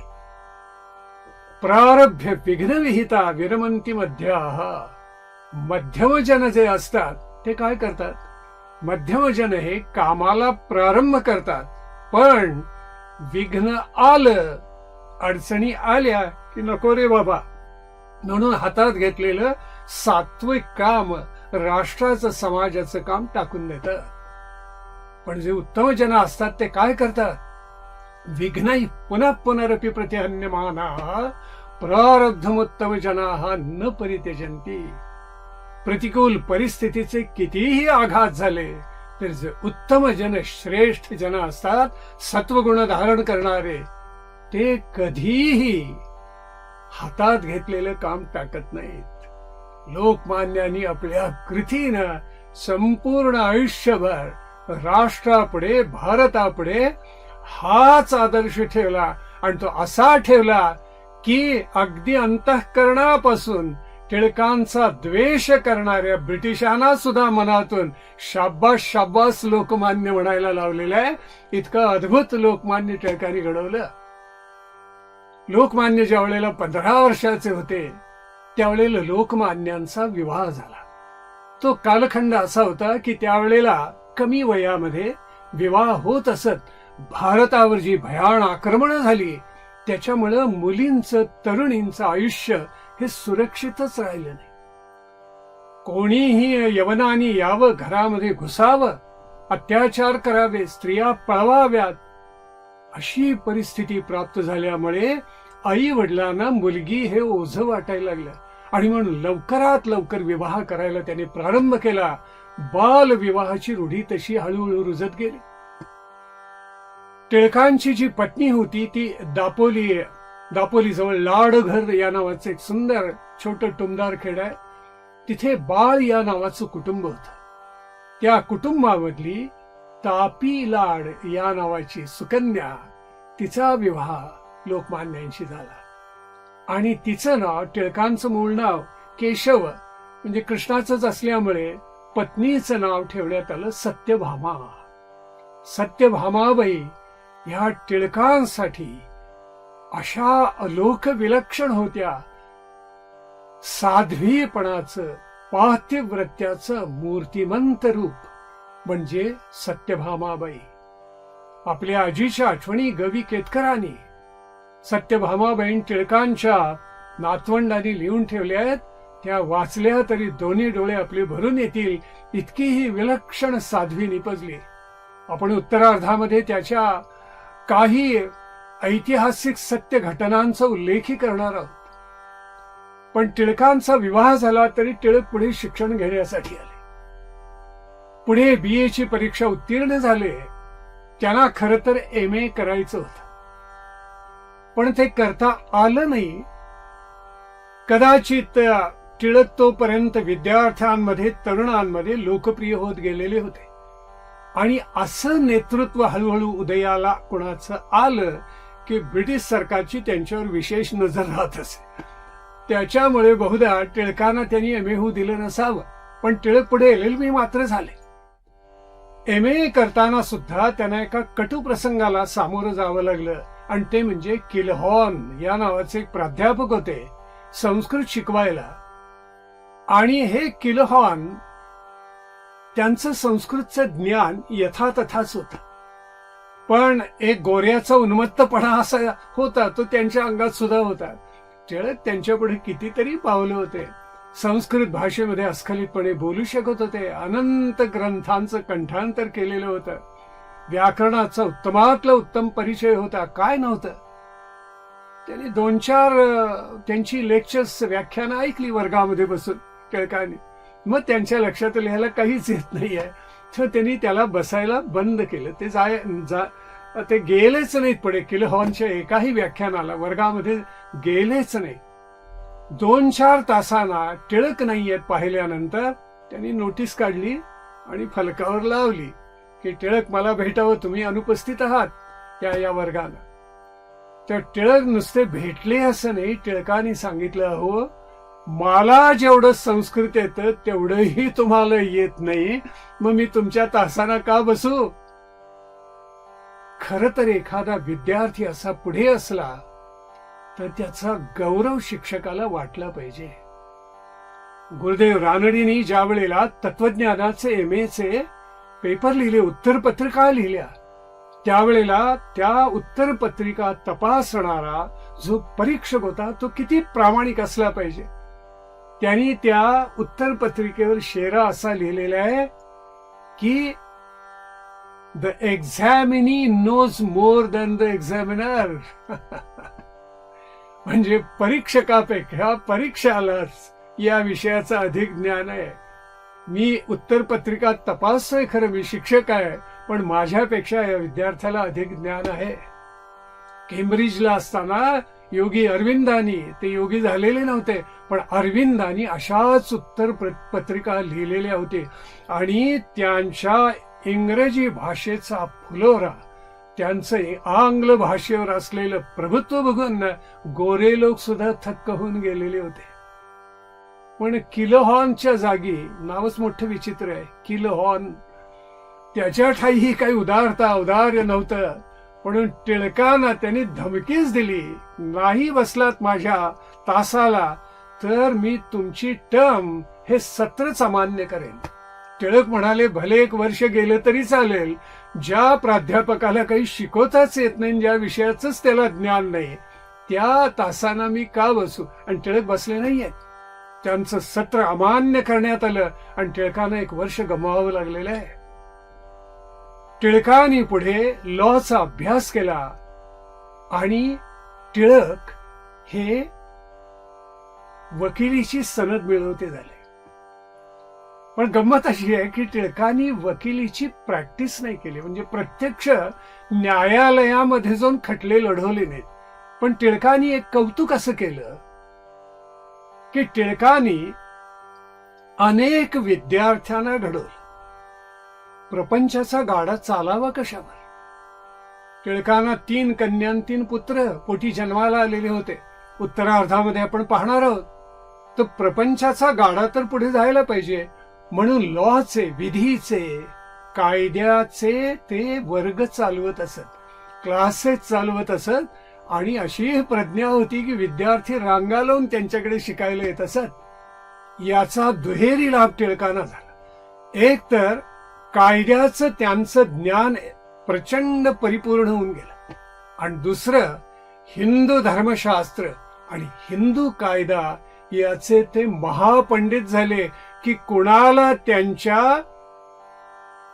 निवेदनावर, त्यांच्या प्रतिपादनावर, त्यांच्या निवेदन शैलीवर कुणाला बोटच ठेवता येऊ नये, इतके त्यातले ते प्रगाढ पंडित आणि प्रज्ञावंत होऊन गेले. 1979 साली लॉची त्यांनी पदवी घेतली. यावेळेला त्यांचं मित्रमंडळ हळूहळू फुलत गेलेलं होतं. अनेक चांगले मित्र जोडलेले होते आणि ही सगळी मंडळी त्यावेळेला आपल्याला ज्ञात आहे, किंबहुना हे सर्वश्रुतच आहे. वासुदेव शास्त्री खरेंचा उदय झालेला होता, माधवराव नामजोशींचा उदय झालेला होता, नंदर्गीकर आलेले होते. याच्याशिवाय मुख्य म्हणजे आगरकर, की ज्यांच्याशी लोकमान्य टिळकांचा संवाद झाला आणि टिळक आगरकरांचं एक मोठं पर्व मित्रभेद म्हणून गाजलं पुढे या महाराष्ट्रामध्ये, तेही लोकमान्य टिळकांच्या बरोबर होते. पुढेही अनेक मंडळी लोकमान्यांना येऊन मिळालेली आहेत. पण हा लोकसंग्रह टिळकांचा वाढत होता आणि लोकमान्यांचा चौफेर अभ्यास, त्यांचं वक्तृत्व आणि त्यांचा लोकसंग्रह, यातून लोकमान्यांची लोकमान्यताही हळूहळू वाढत होती. ते अजून लोकमान्य झालेले नव्हते. पण 1880 साली असा प्रसंग आला की सगळं शिक्षण घेताना ब्रिटिश एज्युकेशन कसं आहे याचा आवाका टिळकांना बरोबर आलेला होता. केवळ कारकून तयार करावेत, निस्सत्व माणसं तयार करावेत, आपलं प्रशासन घट्ट करावं, एवढाच भाव हा ब्रिटिश प्रशासनाच्या मनामध्ये होता. हे ब्रिटिश जावेत म्हणून लोकमान्य टिळकांच्या अगोदर उठाव झालेला होता. आपल्याला माहिती आहे की वासुदेव बळवंत फडके आणि उमाजी नाईक यांच्यासारख्या महापुरुषांनी महाराष्ट्रामध्ये उठाव केलेला होता. आणि टिळक तर 1856 जन्माला आले, म्हणजे जणू काही 1857 स्वातंत्र्य समराचा सुरुंग घेऊनच जन्माला आले. वर्षाच्या आत प्रचंड युद्ध या भारतामध्ये झालं, पण सगळा भारतवर्ष त्यावेळेला पेटून उठला नाही. आणि त्यामुळं परिणाम असा झाला की भारताचे क्रांतिकारक पराभूत झाले आणि ब्रिटिशांची सत्ता त्यामुळे दृढमूल झाली. व्हिक्टोरिया राणीनं असं करून टाकलं लंडनमध्ये बसून की भारतामधल्या कोणत्याही माणसाला स्वतःजवळ शस्त्र वापरता येणार नाही. काय हो, अजबच आहे. भारतीय माणसाला विचाराचं, लेखनाचं स्वातंत्र्य राहणार नाही. आर्म्स ऍक्ट आणि प्रेस ऍक्ट हे दोन जे ऍक्ट ब्रिटिशांनी आणले, त्याच्यामध्ये भारतीय माणसाचं संपूर्ण स्वातंत्र्यच त्यांनी जणू हिरावून घेतलं. टिळकांसारख्या प्रज्ञावंताला हे कळायला काय वेळ होता. त्यांच्या लक्षात आलं, ज्या प्रकारची पुस्तकं शालेय विद्यार्थी वाचतात किंवा आपण वाचली, किंवा महाविद्यालय ज्या प्रकारचं शिक्षण विद्यार्थ्यांना देण्यात येतं, हे कुचकामी आहे. यातून राष्ट्राच्या स्वातंत्र्याचा लढाई उभा राहणार नाही आणि विद्यार्थी राष्ट्रभक्तही घडणार नाहीत. याला काहीतरी वेगळं वळण देण्याची आवश्यकता आहे. यावेळेला निबंधमाला लिहिणारे, अत्यंत लोकप्रिय असणारे, लोकप्रियतेच्या कळसावर असणारे चिपळूणकर शास्त्री यांचा परिचय या सगळ्या तरुणांशी तर झालेला होताच. आणि विचार मंथनातून शेवटी एक विलक्षण कल्पना यांच्या लक्षात आली की सरकारी शाळा या ब्रिटिशांच्या धनावर आणि त्यांनी फेकलेल्या तुकड्यावर चालतात. आपण स्वतंत्र शाळा का निर्माण करू नये. शेवटी असं आहे की त्या राष्ट्राची जी शिक्षण पद्धती असते आणि ती जितकी सकस, जितकी सशक्त, जितकी आपल्या धर्मसंस्कृतीशी संवाद साधणारी, आपल्या चरित्रांची प्रेरणा देणारी, आपल्या विद्या, आपल्या कला, आपल्या शाखा, आपलं ज्ञान विज्ञान यातून फुललेली असते, त्यामुळे राष्ट्राची उभारणी होते. हे पुढे अनेक जणांनी मान्य केले. योगी अरविंदांनी हेच लिहिलेलं आहे, रवींद्रनाथ टागोरांनी हेच लिहिले, स्वामी विवेकानंदांनी तर आग्रहाने याचं पुढे प्रतिपादन केलेलं आहे. टिळकांच्या मनामध्ये हीच भूमिका होती. आणि त्यामुळे चिपळूणकर, टिळक, आगरकर, नामजोशी याच्यासारखी सगळी मंडळी ही एकत्र आली आणि 1 जानेवारी 1880 या दिवशी न्यू इंग्लिश स्कूलची स्थापना करण्यात आली. पहिल्यांदा ती मोरोबदादा वाड्यामध्ये होती आणि नंतर सावकार गर्देंच्या वाड्यामध्ये गेली आणि नंतर मग स्वतःच संपूर्ण त्यांना मोठीच्या मोठी जागा मिळाली. आज पुण्याचं वैभव आहे ती एवढी वाढलेली शाळा, प्रचंड चिपळूणकरांच्या आशीर्वादाने निर्माण झालेली. लोकमान्य टिळकांनी या वेळेला त्या शाळेसाठी काही नियम केलेले होते की मानधन किती द्यावं ते इतकं नगण्य होतं. की त्याच्यावर महिना सुद्धा शिक्षकाचा निघू नये. पण माणसं स्वातंत्र्याच्या, स्वराज्याच्या, स्वधर्माच्या, गीतेतल्या कर्मयोगाच्या प्रेरणेनं अशी झपाटलेली होती की त्यांनी झोकून दिलेलं होतं. कौतुक असं घडलं की न्यू इंग्लिश स्कूल स्थापन झाल्यापासून 3 महिन्यामध्ये त्याची विद्यार्थी संख्या 500च्या पुढे गेली. आणि सरकारी शाळांमधल्या मुख्याध्यापक आणि शिक्षकांच्या पोटात भीतीचा गोळा फिरला. सगळ्यात द्वेष मत्सर ज्यांना वाटला असेल, काय दुर्दैव आहे बघा आपलीच माणसं. त्यातले एक होते माधवराव कुंटे आणि दुसरे होते वामनराव आबाजी मोडक. माधवराव कुंटे तर चिपळूणकरांवर नेहमी टीका करतच असत आणि निवेदनमालेतून त्यांना चिमटे चिपळूणकर काढतच असत. आपल्याकडे एक मोठा गैरसमज असा आहे की चिपळूणकरांनी आंग्ल भाषेला वाघिणीचं दूध म्हटलेलं आहे. अजिबात नाही. तरुणांनो, विद्यार्थ्यांनो, आपल्या मनातून हे सगळे गैरसमज काढून टाका. बरोबर याच्या विरुद्ध लिहिले चिपळूणकरांनी. चिपळूणकर म्हणतात आंग्ल भाषा जर वाघिणीचं दूध असेल तर या राष्ट्रात सगळ्या शेळ्याच का निर्माण होतात मला सांगा.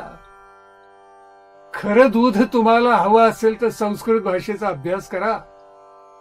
पुढे एका तज्ज्ञांनी, मॅकडोनाल्ड नावाच्या एका आंग्ल भाषा शास्त्रज्ञांनी मान्य केले, संस्कृत आणि आंग्ल भाषा यांची मी ज्या वेळेला खरंच प्रामाणिकपणे तुलना करतो त्यावेळी माझ्या लक्षात येतं की संस्कृत भाषा आमच्यापेक्षा 5000 वर्ष पुढे आहे आणि आमची आंग्ल भाषा 5000 वर्ष मागे आहे.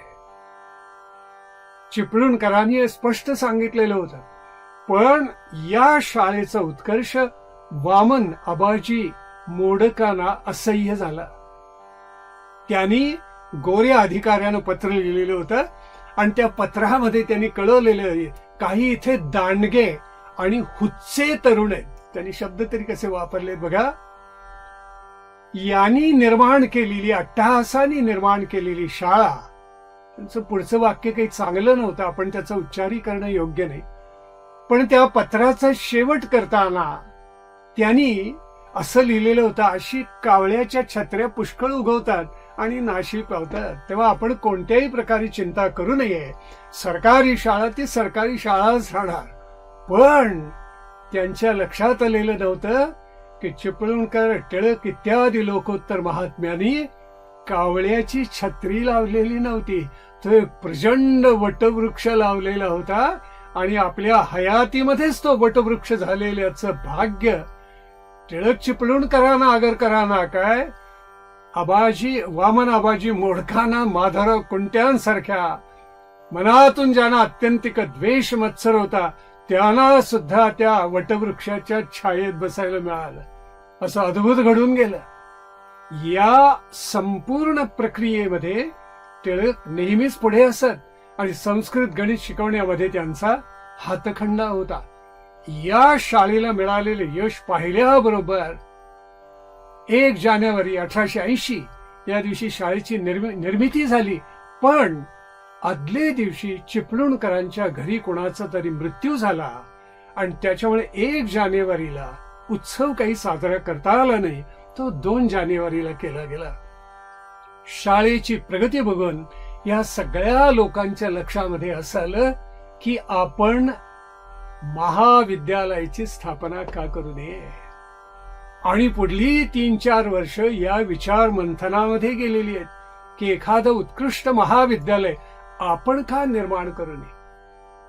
एका सरकारी गोऱ्या अधिकाऱ्याने लिहिले, न्यू इंग्लिश स्कूलची झालेली प्रगती बघून मी थक्क झालोय. त्यांनी आपल्या अधिकाऱ्याला पत्र लिहिलं आणि त्यात त्यांनी लिहिले, आपण सरकारी शाळा चालवतो आणि हजारो रुपये खर्च करतो, आपण मूर्ख आहोत का.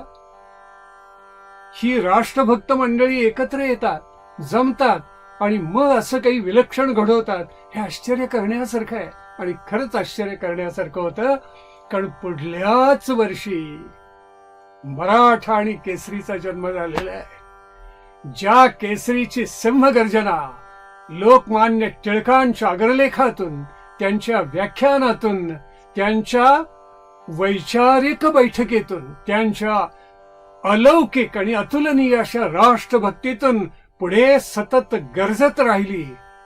केसरी, मराठा ही दोन्ही वृत्तपत्र निर्माण झाली. पण त्यावेळेला गंमत अशी होती की लोकांना आंग्ल भाषेतून वाचायला आवडत असे. त्याच्यामुळे 1 जानेवारी 1881 या दिवशी आंग्ल भाषेतल्या मराठाचा प्रारंभ झाला आणि 4 जानेवारीला मराठी भाषेतला केसरी जन्माला आला. यावेळेला गंमत अशी झालेली होती की मराठाचं संपादन लोकमान्य टिळकांच्याकडे होतं आणि केसरीचं संपादन पहिली काही वर्ष आगरकरांच्याकडे होतं. यावेळेला एक गोष्ट अशी घडून गेली की पहिल्या वेळेला अगदी छोट्या क्राऊन साईज मध्ये केसरी छापला जात, अगदी छोटा, हातामध्ये छोटं पत्रक असा होत असा. पुढे तो डबल क्राऊन आकारून त्या आपल्या वाचकांपर्यंत जायला लागला आणि 21 वर्ष पूर्ण झाल्यानंतर टिळकांनी त्याला पराकोटीचं समृद्ध रूप हे 1902-3 पासून द्यायला प्रारंभ केला असं इतिहास सांगतो. ही चळवळ इतकी प्रचंड आहे की विचारूच नका. कोणत्याही अशा गोष्टीचा प्रारंभ म्हणजे धडपड असते. ती धडपड जशी हळूहळू यशस्वी होत जाईल तसा त्या धडपडीची चळवळ होते. ती चळवळ यशस्वी झाली की चळवळीचा उपक्रम होतो आणि उपक्रम यशस्वी झाला की त्याचा समाज राष्ट्रासाठी आदर्श होतो. टिळकांनी आपल्या कर्तृत्वाने सगळ्या भारतासमोर हा उत्कट आलेख ठेवला आणि अनेकांची मन, विशेष करून तरुणांची, राष्ट्रभक्तीनं भरून टाकली. यावेळेला एक प्रकरण असं आलं की कोल्हापूरचे छत्रपती हे मृत्यू पावले. ते मृत्यू पावले, दुर्दैवानं त्यांना मूल बाळ नव्हतं. म्हणून त्यांच्या पत्नीनी एक मुलगा दत्तक घेतला नात्यामधलाच आपल्या, ज्याचं नाव नारायण होतं, पण त्याचं नाव ठेवलं शिवाजी महाराज. हे दत्तक घेतलेले आणि चौथे शिवाजी महाराज त्या घराण्यामधले. पण दुर्दैवानं काय झालं कोणास ठाऊक, सगळी सत्ता बर्वे नावाचे अधिकारी होते आणि ते प्रशासकीय कारभारी म्हणून नेमलेले ब्रिटिश सरकारचे होते. त्यांचा वचक होता, त्यांचा दरारा होता आणि या छत्रपतींच्या बरोबर त्यांचे नेहमी खटके उडत असत. पुढे तर या छत्रपतींचा खूपच छळ झाला, इतका की त्यांना मानसिक वेडा म्हणून घोषित करण्यात आलं. प्रसंगी त्याला हंटरचे फटके मारण्यात आले आणि एक अंगरक्षक ठेवलेला होता, त्याच्याबरोबरच्या झटापटीमध्ये त्यांना मृत्यूही आला. हा सगळा एखादा काळा डाग असावा त्याप्रमाणे इतिहास आहे. पण हे असं घडलं, याचा स्फोट झाला सगळीकडे आणि अनेक वृत्तपत्रांनी त्या काळी दीनबंधू असेल, ज्ञानप्रकाश असेल, किरण असेल, या सगळ्या वृत्तपत्रांनी लिहिलं आणि टिळक आगरकरांच्या हातामध्ये असा एक पुरावा आला की बर्व्यानेच काही लिहिलेली पत्र की जी छत्रपतींना न्याय मिळवून देतील, कारण ती छत्रपतींच्या विरुद्ध होती. वस्तुतः ती बर्व्यांची नव्हतीच. जो पुरावा टिळक आगरकरांच्याकडे आलेला होता त्याच्या आधारे केसरीमध्ये त्यांनी एक अग्रलेख लिहिला आणि तो अतिशय आक्रमक भाषेमध्ये लिहिला गेलेला होता. त्याची दखल ब्रिटिश शासनानं घेतली. पुढे उलगडा असा झाला की ती बर्व्यांनी लिहिलेली पत्र नाहीतच. तर टिळक अत्यंत प्रामाणिक असल्यामुळे त्यांनी एक पत्र तत्काळ बर्व्यांना लिहिलं आणि क्षमा मागितली की आपली लिहिलेली पत्र म्हणून जी आमच्याकडे आलेली होती ती आपली नाही असं कळलं, क्षमा असावी, गैरसमजामधून लिहिलं गेलेलं आहे. पण टिळकाने क्षमा मागितली तरी त्यांच्यावरचा खटला काही चुकला नाही आणि टिळक आगरकरांना, त्यांच्या 2 आणखीन मित्रांना, मुख्यतः टिळक आगरकरांना शिक्षा झाली आणि ती 4 महिन्यांची शिक्षा टिळकांना सुनावण्यात आलेली होती. डोंगरीच्या तुरुंगामध्ये टिळक आगरकरांना ठेवण्यात आलं, पण ते राजकीय कैदी म्हणून ठेवण्यात आलेले होते आणि त्यांचं चांगलं वर्तन बघून नंतर पुढे दोघांची मुक्तता सुद्धा करण्यात आली. लवकर थोडी म्हणजे 101 दिवस हे दोघही डोंगरीच्या तुरुंगामध्ये राहिलेले होते. भयानक डास, कांबळं पांघरायला देत त्यात सुरवंट असत. भिंती त्या फटीमध्ये आणि त्या जमिनीवर सगळीकडे ढेकून असत. आगरकरांनी अत्यंत संतापून त्याचा उल्लेख सुद्धा केलेला आहे. मिळे खायला ते पराकोटीचं कदान होतं, पण देहाच्या धारणेसाठी तेवढं तरी करावं लागत असे. 13x10 एखादी छोटी खोली, पण टिळक आगरकर जे मिळेल त्याच्यावर समाधान मानून राष्ट्राची चिंता त्या तुरुंगामध्ये करत होते. या राष्ट्राला स्वराज्य कसं मिळेल याची चिंता करत असत. आणि त्याच वेळेला दोघांच्या चिंतनाचा गाभा परस्परांहून भिन्न आहे हे उभयताना कळलं. आगरकर हे समाज सुधारणा अगोदर हवी असं म्हणत असत, आणि टिळक असं प्रतिपादन करीत की अहो, ब्रिटिशांचं राज्य आपल्यावर आहे, तेव्हा ते नेटकी समाज सुधारणा होऊच देणार नाही. तेव्हा अगोदर स्वातंत्र्य नंतर समाज सुधारणा असं टिळक म्हणायचे, आणि आगरकर म्हणायचे अगोदर समाज सुधारणा आणि नंतर स्वातंत्र्याचा विचार. हा अगदी स्थूल मानाने विचार झाला, पण त्याचे अनंत पदर, अनंत पैलू होते. त्याची सखोल चर्चा दोघांमध्ये होत असे. पण या सगळ्या कालखंडामध्ये कदाल न खाऊन टिळकांचं वजन 24 पाऊंडांनी कमी झालं, आगरकरांचं 16 पाऊंडांनी कमी झालं. इतिहासात एक नोंद अशी सापडते की जरी असे वादंग होत असत आणि पुढे लेखणी सुद्धा दोघांनी परस्पराविरुद्ध भांडण केलेलं असलं, तरी आगरकरांविषयी टिळकांच्या मनामध्ये आत्यंतिक ममत्व होतं.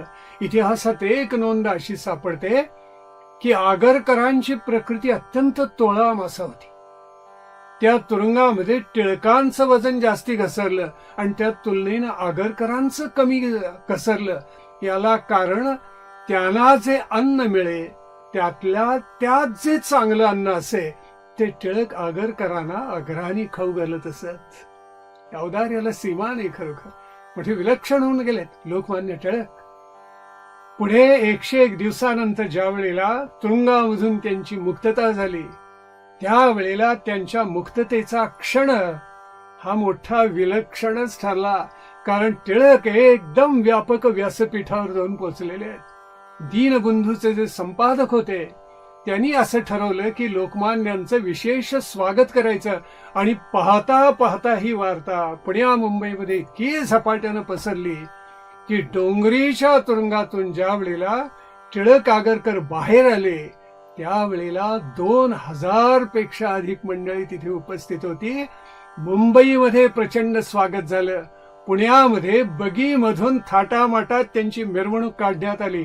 टिळक महाराज की जय म्हणून सगळा आभाळ दुमदुमून गेलेलं होतं. आणि टिळकांना हे सगळं पाहताना आनंद होत होता, पण तो आपल्या नावाचा जय जयकार म्हणून नव्हे, तर अरे यातून आता राष्ट्रीय चळवळ निर्माण करता येईल हा पहिला विचार त्यांच्या अंतःकरणात डोकावलेला होता. टिळकांचं कर्तृत्व असं आहे की राष्ट्राला स्वातंत्र्य मिळायला पाहिजे ही चळवळ त्यांनी तेल्या तांबोळ्यांच्या पर्यंत नेऊन पोहोचवली. म्हणून चिरोलनी त्यांना भारतीय असंतोषाचे जनक अशी जी पदवी दिली ती खरीच आहे की ही चळवळ केवळ उच्चभ्रूपुरती मर्यादित राहता कामा नये, जनसामान्य पेटून उठले पाहिजेत. हा पहिला धडा जनसामान्यांना अगदी कामगार शेतकऱ्यांच्या पर्यंत ज्यांचा हातावर पोट आहे अशांपर्यंत जर कोणी नेला असेल तर तो पहिल्यांदा लोकमान्य टिळकांनी नेला. सुटका झाल्यानंतर आपल्या लेखणीची धार दोघांनी यत्किंचित कमी केली नाही आणि पुढे खांदे पालट झाला. केसरीचं सगळं नेतृत्व लोकमान्य टिळकांच्याकडे आलं. लोकमान्य टिळक आपल्या टिळकांच्या मूळ गावीही गेलेले होते. मध्यंतरी लक्ष्मी केशवाचं दर्शनही त्यांनी केलेलं होतं. त्यांची जी सगळ्यात मोठी बहीण ती विद्वांसांच्याकडे दिलेली होती. आणि टिळकांचे जे भाचे होते तर ते त्यांचं नाव होतं धोंडोपंत विद्वांस. तर धोंडोपंत विद्वांसांना त्यांनी हळूहळू शिकवलं, इतकं शहाणं केलं व्यवहारामध्ये, इतके उत्कट संस्कार दिले की ते केसरीचे व्यवस्थापक झालेत. आपली माणसं उचलावीत, त्यांना सत्कार्याला जोडावीत, असं मराठी मनुष्य कमी करतो.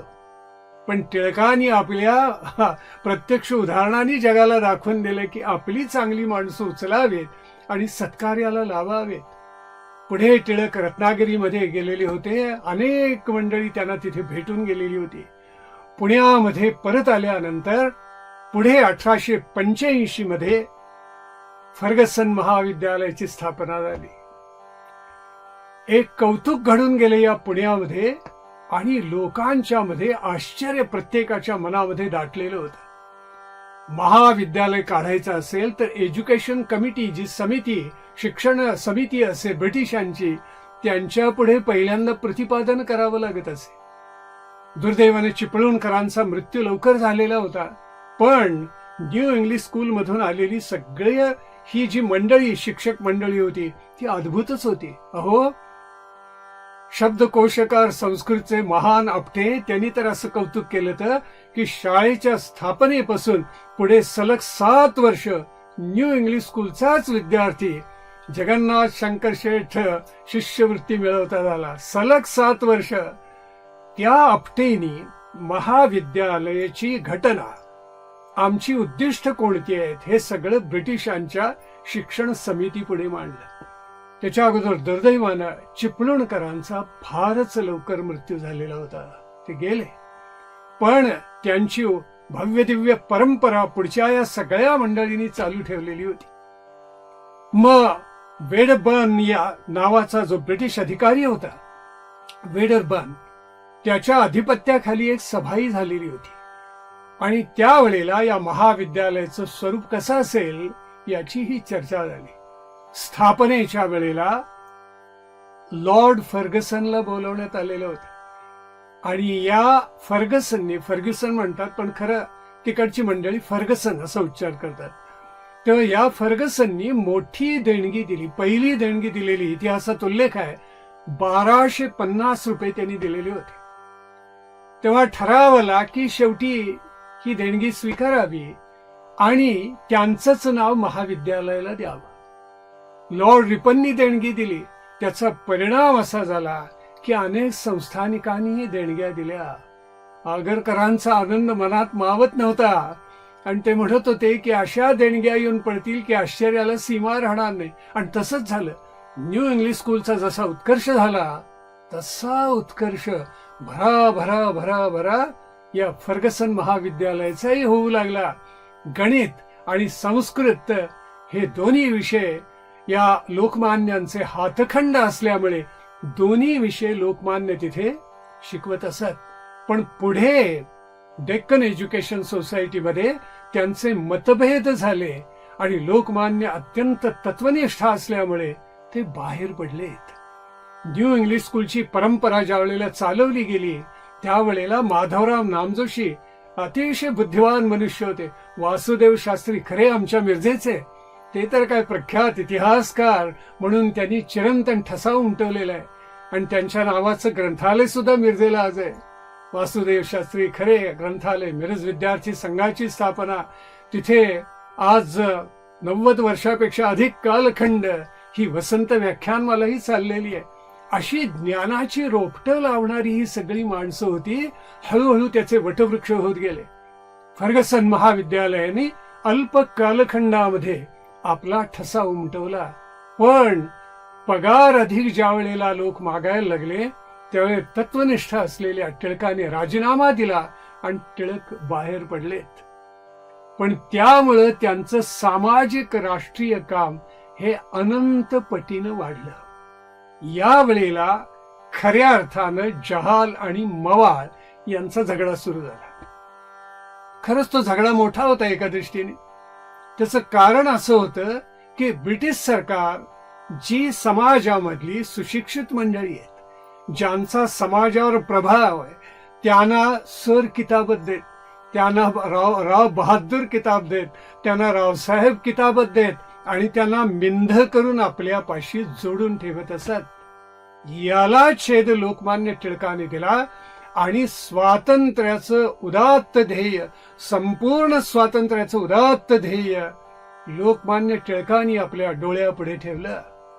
याच वर्षी 1885 आपल्याला ज्ञात आहे की अखिल भारतीय काँग्रेसची स्थापना झाली आणि ती सर ह्यूमनी स्थापन केलेली होती. त्याचा हेतूच असा होता की जो या राष्ट्रामध्ये असंतोष आहे तो बाहेर पडायला काहीतरी एखादी वाट असावी, ती वाफ बाहेर पडावी आणि ही भारतीय माणसं निस्सत्व व्हावी, हाच हेतू होता.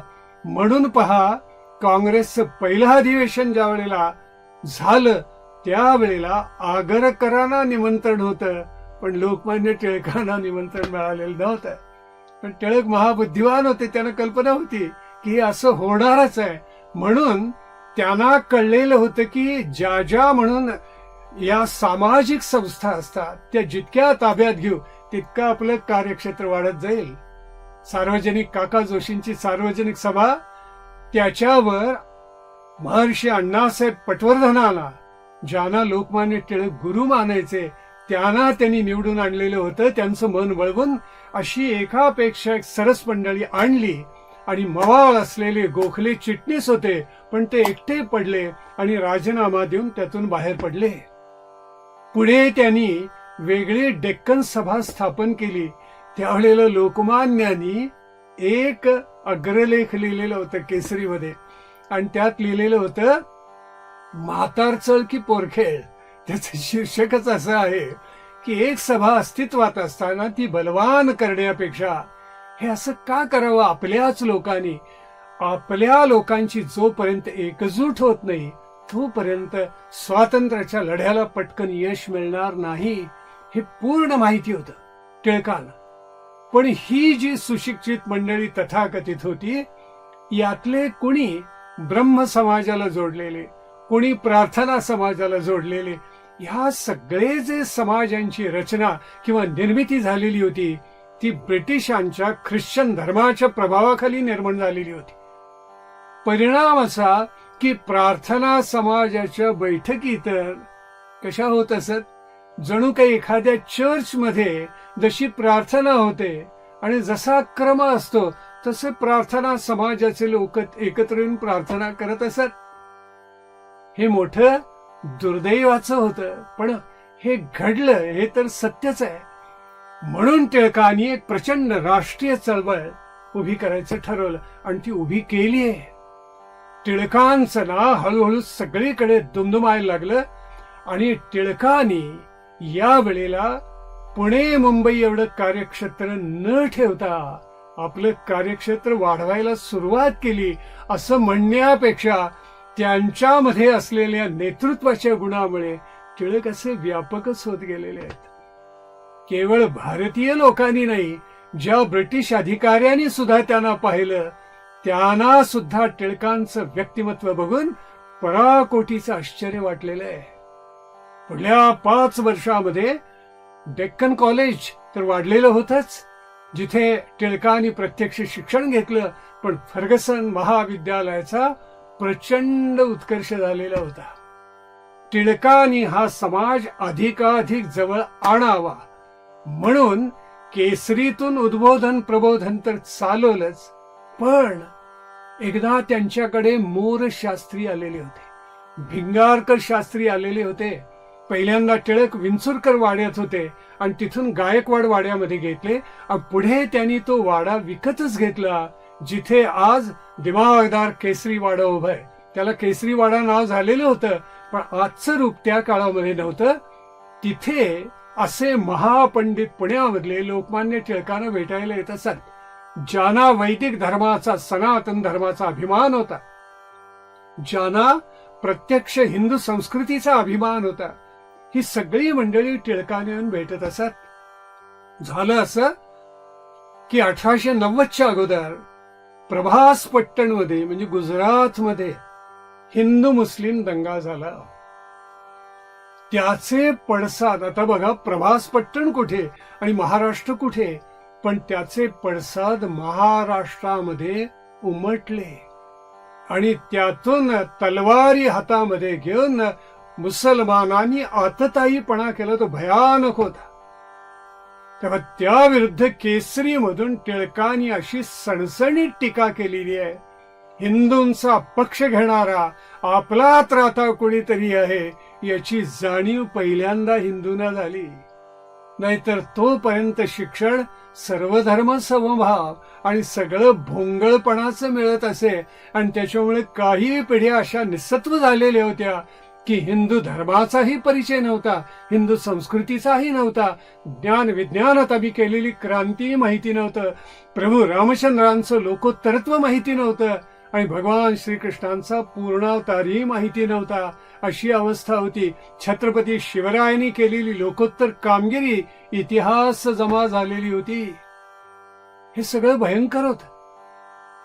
अशा वेळेला टिळकांनी या प्रभास पट्टणच्या दंगली विरुद्ध वर्ष 2 वर्ष जी पायाभरणी हिंदूंच्या संघटनेची केली ती पराकोटीची मजबूत होती.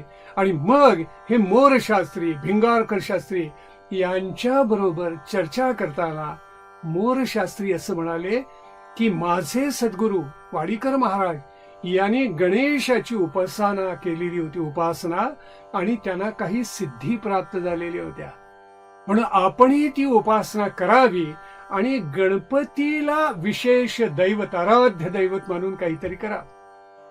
टिळक म्हणाले, अहो घरी गणपती बसून आराध्य करण्यापेक्षा सगळ्या भारतीय लोकांनी त्याची उपासना करावी असं माझ्या मनामध्ये.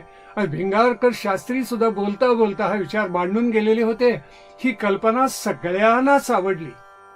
आता त्याच्या अगोदरच काही कालखंड भाऊ रंगारीनी मुंबईमध्ये लोकमान्य अशा, म्हणजे सर्वमान्य अशा, जनसामान्यांना मान्य अशा गणेशोत्सवाचा प्रारंभ केलेला होता. भाऊ रंगारींनी तो पाया घातलाच, पण त्याला विशाल रूप देण्याचं कार्य लोकमान्य टिळकांनी केलं. 1893 त्यांनी अशा गणेशोत्सवाचा नारा दिला. त्याचा परिणाम असा झाला की हा गजानन त्यांनी सार्वजनिक उत्सवामध्ये आणला. ठिकठिकाणी गणपतीच्या मूर्ती सुप्रतिष्ठित झाल्या. संपूर्ण पुण्यामध्ये एक नवचैतन्य दाटून आलं आणि शेवटी विसर्जनाच्या मिरवणुका तेव्हापासून जो पायंडा पडला तो इतका विलक्षण होता. पण त्याचा हेतू असा होता, उत्तमातली उत्तम कीर्तन व्हावीत, प्रवचन व्हावेत, प्रबोधनात्मक कार्यक्रम हवेत, आमच्या शूरवीरांचे दाणपट्टे लोकांनी बघावेत, आमच्या पारंपरिक विद्या कलांचं दर्शन तिथं व्हावं आणि त्यातून समाज एकात्मएक रस व्हावा. ही भूमिका लोकमान्य टिळकांच्या मनामध्ये होती. पहिला गणेशोत्सव झाला आणि टिळक गहिवरून गेले अक्षरशः. आणि ते म्हणतायत केसरीमध्ये, बस माझा हेतू जणू काही सफल झाला, कारण सगळे हिंदू जन इथे एकवटलेले होते. 18 पगड जाती, 12 बलुत एकत्र आली आणि त्यांनी हा गणेशोत्सव संपन्न केला. त्याचा आनंद लोकमान्यांच्या हृदयामध्ये मावेना अशी अवस्था झालेली होती. पण या धार्मिक गणेशोत्सवाचं अधिष्ठान हिंदू समाजाला देऊन तेवढं पुरेसं लोकमान्यांना वाटलं नाही, म्हणून त्यांनी राष्ट्रवृत्ती, शौर्य हेही जागवलं. आणि ते 1895 साली लोकमान्यांनी कौतुक केलं शिवजयंतीचा उत्सव सुरू करून. हे 2 उत्सव म्हणजे महाराष्ट्रामध्ये क्रांतिकारक ठरलेले आहेत. यावेळेला महात्मा फुले एकदा रायगडवर जाऊन आलेले होते आणि तिथे छत्रपती शिवाजी महाराजांच्या समाधीची दुरवस्था त्यांनी पाहिलेली होती. लोकमान्य टिळकांच्या प्रेरणेमधून धन गोळा झालं आणि ती सगळी मेघडंबरी सुंदर करण्यात आली. समाधी अष्टकोनी पुन्हा सुंदर उभारण्यात आली तिथे शिवरायांना मुजरा घालण्यासाठी. या वेळेला जेम्स डगलस या नावाचा एक ब्रिटिश वनाधिकारी होता आणि त्याला शिवरायांचं चरित्र भावलं. तर त्यांनी शिवाजी महाराजांच्या बद्दल काही अनुकूल लिहून ठेवलं. त्याचा परिणाम असा झाला की टिळकांनीही मनाने घेतलं की शिवजयंती उत्सव केवळ पुण्यात नाही, हा भारतभर पसरवलं पाहिजे. आणि त्याचं लोण खरोखर कोलकाता शहरामध्ये गेलं. बंगालमध्ये थाटामाटात शिवजयंती उत्सव सुरू झाला. अर्थात जेम्स डग्लसची प्रेरणा टिळकांनी घेतली असा मात्र गैरसमज करून घेऊ नका. जेम्स डग्लसला सुद्धा शिवाजी राजांचं कर्तृत्व कळलं. पुढे रवींद्रनाथ टागोरांनी तर काव्यच लिहिले, जय तू शिवराय म्हण. आणि मग 15 एप्रिल 1896 या दिवशी रायगडावर प्रचंड उत्सव झाला. लोकमान्य टिळकांच्या प्रेरणेनं लोकमान्यांचं भाषण झालं आणि या लोक वेड्यासारखे हजारोंच्या संख्येमध्ये तिथे जमलेले होते. त्यावेळेला प्रवचनं झाली आणि त्या उत्सवामधलं पहिलं कीर्तन ज्या कीर्तनकारांनी केलं, मला आजही अभिमान वाटतो, त्या कीर्तनकारांचं नाव होतं अभ्यंकर शास्त्री. रायगडावरच्या पहिल्या उत्सवामध्ये अभ्यंकर शास्त्रींनी कीर्तन केलेलं आहे. रायगड दुमदुमून टाकला सगळ्या आपल्या खड्या वाणीनं. टिळकांनी हा शिवजयंतीचा उत्सव घरोघरी नेला, दारोदारी नेला, स्त्रियांच्या, पुरुषांच्या, तरुणांच्या अंतःकरणामध्ये नेला. गणेशोत्सवाच्या रूपानं भक्ती आणली, शिवजयंती उत्सवाच्या रूपाने शक्ती आणली. भक्ती शक्ती हातात हात घालून चालाव्यात आणि त्यांनी आपल्या राष्ट्राला पुन्हा एकदा नवसंजीवन द्यावं, हा टिळकांचा प्रयत्न कमालीचा यशस्वी झाला. यावेळेला 1897 साली पुढे पुण्यामध्ये प्लेग आला आणि रँड नावाच्या ब्रिटिश अधिकाऱ्यानं पुणेकरांच्यावर अनन्वित अत्याचार केले. घरच्या घर उद्ध्वस्त केली, स्त्रियांवर बलात्कार झाले, अत्याचार झाले, घरं ओस पडली. त्यावेळची काही छायाचित्र उपलब्ध आहेत. एखादा चौकोनी हौद करावा ज्याच्यामध्ये 25-30 माणसं मावू शकतील, पण तिथे 100-150 माणसं ब्रिटिश कोंबत असत. पुण्यामधल्या लोकांना सक्तीनं त्या हौद्यामध्ये उतरवायला लावत असत. आणि ते कसे माहितीये? अंगावर चिंधीवर वस्त्र सुद्धा नसे, संपूर्ण नग्न अशी ती माणसं तिथे वरून काठ्यांचे फटके बसत असत. प्लेगच्या निमित्तानं रँडनी जणू काही हे पुणे उद्ध्वस्तच करायचं चालवलेलं होतं. टिळकांनी यावेळेला अग्रलेख लिहिले, स्वतः रँड बरोबर त्यांनी व्यक्तिगत जाऊन संवादही केलेला होता. पण रँडनी उद्धट आणि उद्दाम अशी उत्तरं दिली आणि टिळकांना परत पाठवून दिलेलं होतं. टिळकांनी यावेळेला केसरीमध्ये लेख लिहिलेले होते, सरकारचे डोके ठिकाणावर आहे काय, रोग काय आणि औषध काय करता. पुढे लिहिलेलं होतं, राज्य करणं म्हणजे सूड उगवणं नाही. त्यांनी एक उदाहरण दिलेलं होतं की पेशावर मध्ये एका स्वातंत्र्य सैनिकांनी एकाची हत्या केली म्हणून पेशावर मधल्या सगळ्या लोकांना काही ब्रिटिश राज्यकर्त्यांनी गोळ्या घातल्या नाहीत. पण इथे पुण्यामध्ये काय चाललंय, ज्याला त्याला पकडावं, शिक्षा करावी, नाहीतर मारावं, असं भयंकर चाललेलं होतं. याची चीड चाफेकर बंधूंच्या हृदयामध्ये उतरली. दामोदर, वासुदेव आणि बाळकृष्ण आणि त्यांचे वडील श्रेष्ठ कीर्तनकारच होते. हिंद धर्माचा जाज्वल्य अभिमान त्यांच्या अंतःकरणामध्ये होता. पुण्यामध्ये चर्चा चालू होती आणि त्यावेळी टिळक म्हणाले, नुसतं चर्चेनं काय होणार, आमच्या स्त्रियांची अशी बेअब्रू होताना केवळ चर्चा करणारे ते खरे मराठे नव्हेतच, खरे महाराष्ट्रीयन नव्हेत. बहुधा या वाक्याची प्रेरणा चाफेकर बंधूंना मिळाली आणि त्यांनी व्हिक्टोरिया राणीच्या राज्याभिषेकाचा उत्सव, आज जिथे पुणे विद्यापीठ आहे तिथे तो गव्हर्नर राहत असे, त्याच्यासाठी ती इमारत बांधलेली होती. तिथे रँड जात असताना या दामोदर चाफेकरांनी गोळी घातली आहे त्याला. अयसला सुद्धा गोळी घातली वासुदेवानी आणि दामोदरानी. अयस त्या क्षणी मेलाय तिथे आणि रँडला मात्र जखम झाली आणि पुढे तो नंतर काही दिवस असा तळमळत हॉस्पिटलमध्ये होता, रुग्णालयामध्ये, आणि शेवटी त्यालाही मृत्यू आला. पिसाळल्यासारखं झालं ब्रिटिश सरकार आणि द्रविड बंधूंनी फितुरी केली. या तिन्ही भावंडांना पकडण्यात आलं आणि शेवटी तिन्ही भावंड फासावर गेलेली आहेत. दामोदर पंत, वासुदेवराव आणि छोटा बाळकृष्ण, तिन्ही ही भावंड फासावर चढली. या वेळेला राजद्रोहाच्या खटल्यात सापडलेले लोकमान्य टिळक ही येरवड्याच्या तुरुंगामध्ये होते.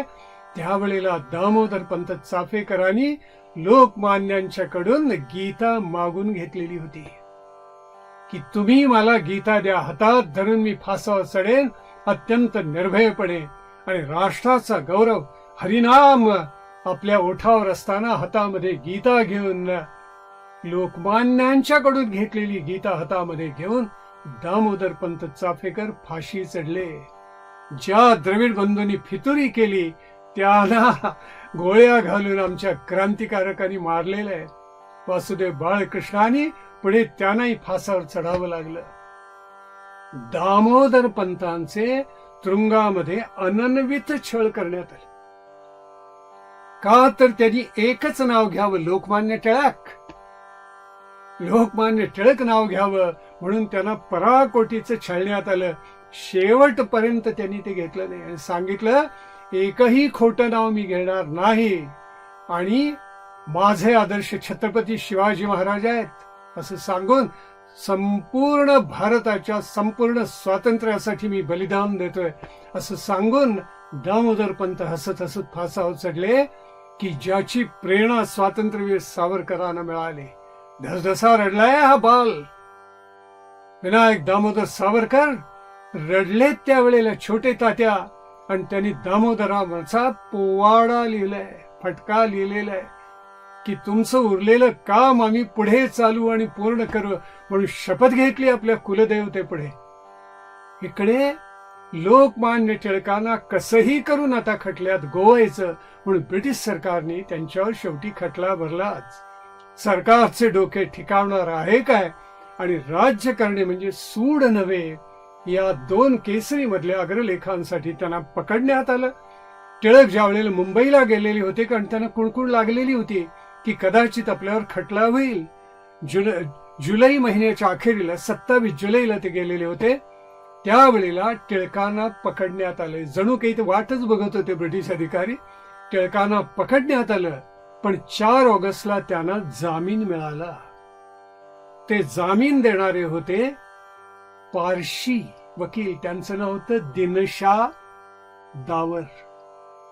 इतिहासाचा योग कसा असतो, एक काळ ज्यांनी टिळकांना जामीन मिळवून दिला त्या दावरांनीच पुढे टिळकांना काळ्या पाण्याची शिक्षा देऊन मंडालेला पाठवले पुढे. इतिहास मोठा विचित्र आहे. आणि टिळकांना जामीन मिळाला पण स्ट्रॅची पुढे खटला चालला आणि तो त्याचे वडील हे अत्यंत वर्णद्वेषी अंतःकरणातून असल्यामुळे टिळकांना सक्त मजुरीची शिक्षा झाली. सक्त मजुरीची म्हणजे ते गुन्हेगार आहेत असं ठरवलं ब्रिटिश सरकारने आणि त्यांना बेड्या घालून भायखळ्याच्या तुरुंगामध्ये नेण्यात आलं. दोन्हीकडे त्यांना तुरुंगवास सोसावा लागलेला होता, नारळ सोलावे, आणि ते काम प्राधान्यानं लोकमान्य टिळकांना देण्यात आलेलं होतं. टिळकांनी शांतपणे ते काम केलं. अशा वेळेला या महापुरुषाच्या मनामध्ये काय येत होतं आपल्याला आश्चर्य वाटेल. Arctic home in the Vedas हा ग्रंथ कसा लिहावा आणि काय त्याची मांडणी असावी याचं चिंतन लोकमान्य टिळकांच्या मनामध्ये होतं. यावेळेला 109-10 पौंडापर्यंत टिळकांचं वजन झपाट्यानं घसरलं. कदान नव्हतं त्या भाकरीमध्ये काही निघायचं. खडे, माती, पालीचे तुकडे, झुरळं निघायची काही वेळेला. आणि टिळक तर कांदा लसूण कधीच खायचे नाहीत. कधीही आयुष्यभर त्यांनी कांदा लसूण खाल्ली नाही. त्याच्यामुळे मिळालेली भाकरी त्या गढूळ पाण्यामध्ये कुस्करायची आणि ती खायची. कांदा लसूण दुसऱ्या एखाद्या कैद्याला देऊन टाकत असत ते. झपाट्यानं त्यांचं वजन घसरलं. पण त्या तुरुंगाधिकाऱ्यालाही भीती वाटायला लागली. शेवटी अरे टिळकांना काही झालं तर काय होईल, केवढा उद्रेक होईल.